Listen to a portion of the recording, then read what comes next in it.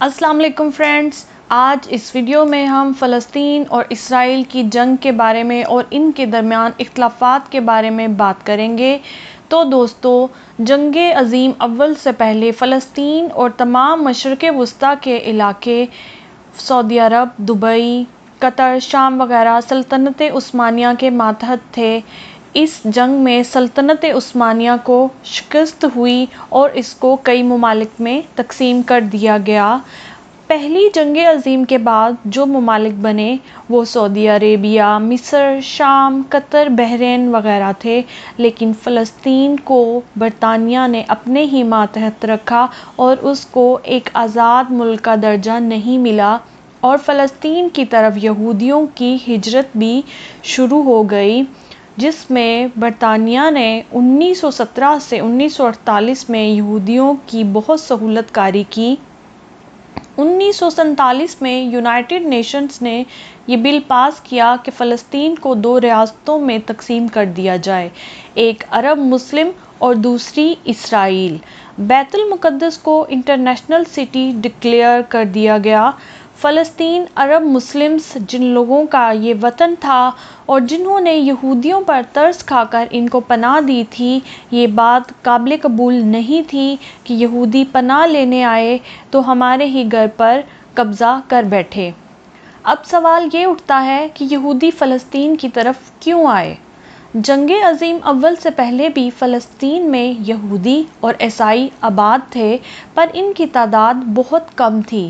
یہودیوں کی عسکریت پسند تنظیم صہیونیت نے یہ فیصلہ کیا کیونکہ ان کے آباء و اجداد اور تاریخی پس منظر فلسطین کی سرزمین سے جڑا ہوا ہے، اس لیے انہوں نے یہاں اکٹھا ہونا شروع کر دیا تاکہ وہ یہاں اپنا ملک بنا سکیں۔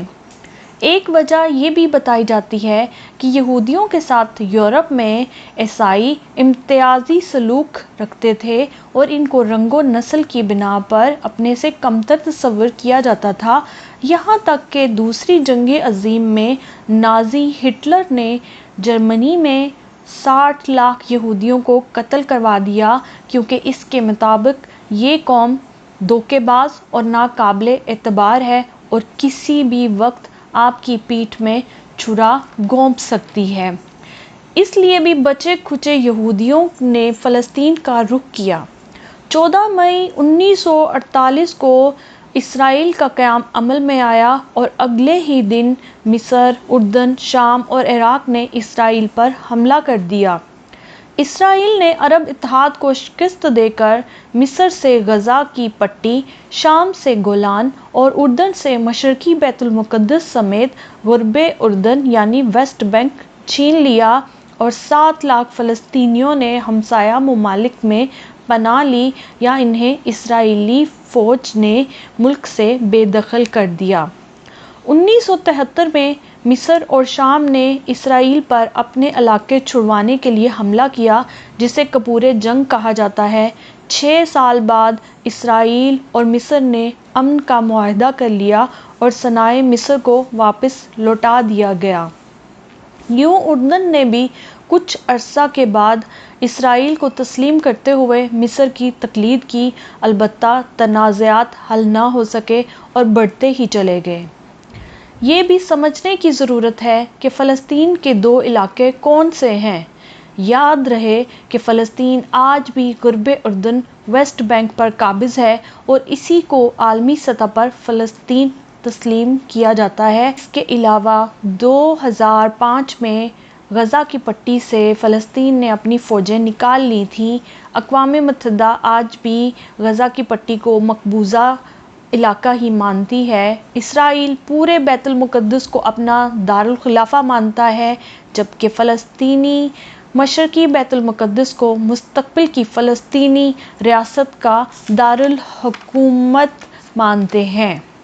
اس وقت 2 فلسطینی علاقے ہیں، ایک ویسٹ بینک یا غرب اردن اور دوسرا غزہ کی پٹی۔ دونوں کے درمیان 45 کلومیٹر کا فاصلہ ہے۔ ویسٹ بینک میں یاسر عرفات کی تنظیم فتح کی حکومت ہے اور اس کی 86% آبادی مسلم اور 14% یہودی ہے، اور اس کو بجلی اور پانی کی سہولت اسرائیل فراہم کرتا ہے۔ دوسری طرف غزہ کی پٹی ویسٹ بینک کی نسبت بہت چھوٹا علاقہ ہے اور اس میں حماس کی حکومت ہے، جس کی اسرائیل سے کئی دفعہ جنگ ہو چکی ہے۔ اس لیے اسرائیل اور مصر سختی سے سرحدوں کی نگرانی کرتے ہیں تاکہ غزہ میں ہتھیار نہ پہنچنے پائیں۔ غزہ کی پٹی کی سرحد کا 7 کلومیٹر حصہ مصر سے ملتا ہے اور ایک طرف بحیرہ روم ہے۔ غزہ کی پٹی میں بہت سی زیر زمین سرنگیں بنائی گئی ہیں جن میں وہ جنگ کے حالات میں پناہ لیتے ہیں۔ 2007 سے اسرائیل نے مصر کی مدد کے ساتھ غزہ کی پٹی کا محاصرہ کر رکھا ہے۔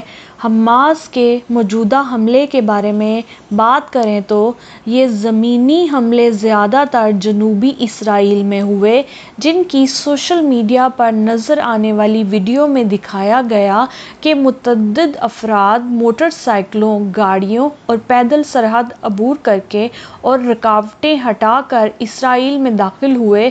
ان کے 17 فوجی اڈوں پر حملہ کیا، ٹینک تباہ کیے اور کئی فوجی افسروں کو قید کر لیا۔ اسرائیل کے پولیس اسٹیشن پر بھی قبضہ کر لیا۔ بتایا جاتا ہے کہ اس دن اسرائیل پر 5000 راکٹ داغے گئے اور 4 گھنٹے تک وہاں سے دھماکوں کی آوازیں آتی رہیں، جس سے صہیونی طاقتیں سکتے میں آ گئیں۔ اسرائیلی اہلکار بوکھلا اٹھے اور بنکرز میں زیر زمین پناہ لی۔ جنہیں کہیں جگہ نہ ملی وہ ادھر ادھر بھاگتے رہے۔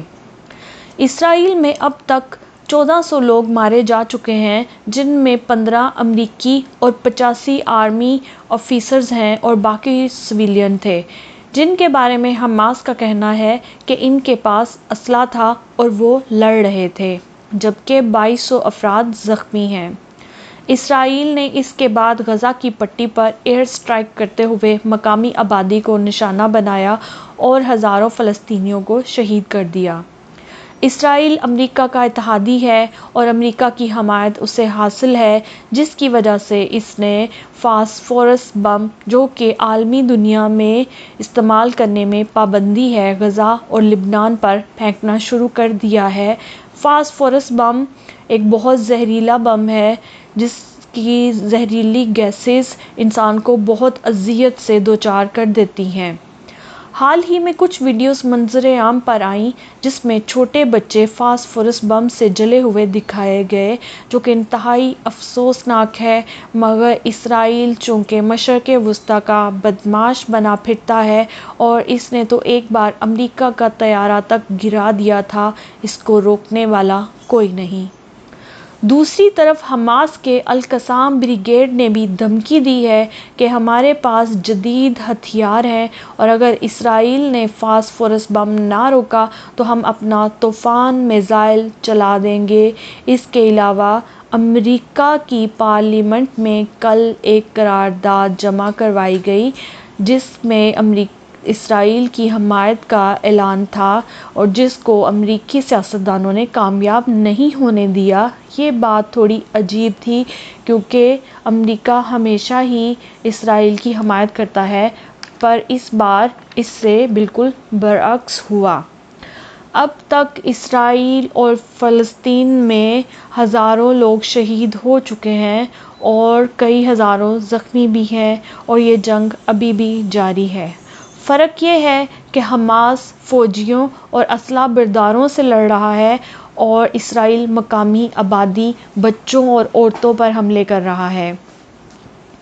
روس کے صدر نے بھی اب ایک بیان جاری کیا جس میں کہا گیا کہ اگر امریکہ نے اسرائیل اور فلسطین کی جنگ میں دخل اندازی کی کوشش کی تو روس بھی حماس کا ساتھ دے گا۔ تو دوستو، یہ تھی فلسطین اور اسرائیل کی جنگ کا پس منظر اور حالیہ واقعات۔ اگر آپ کو یہ معلومات اچھی لگیں تو چینل کو سبسکرائب کریں اور بیل آئیکن کو پریس کریں۔ اپنی دعاؤں میں اپنے تمام مسلمان بہن بھائیوں کو یاد رکھیں۔ شکریہ۔ اللہ حافظ۔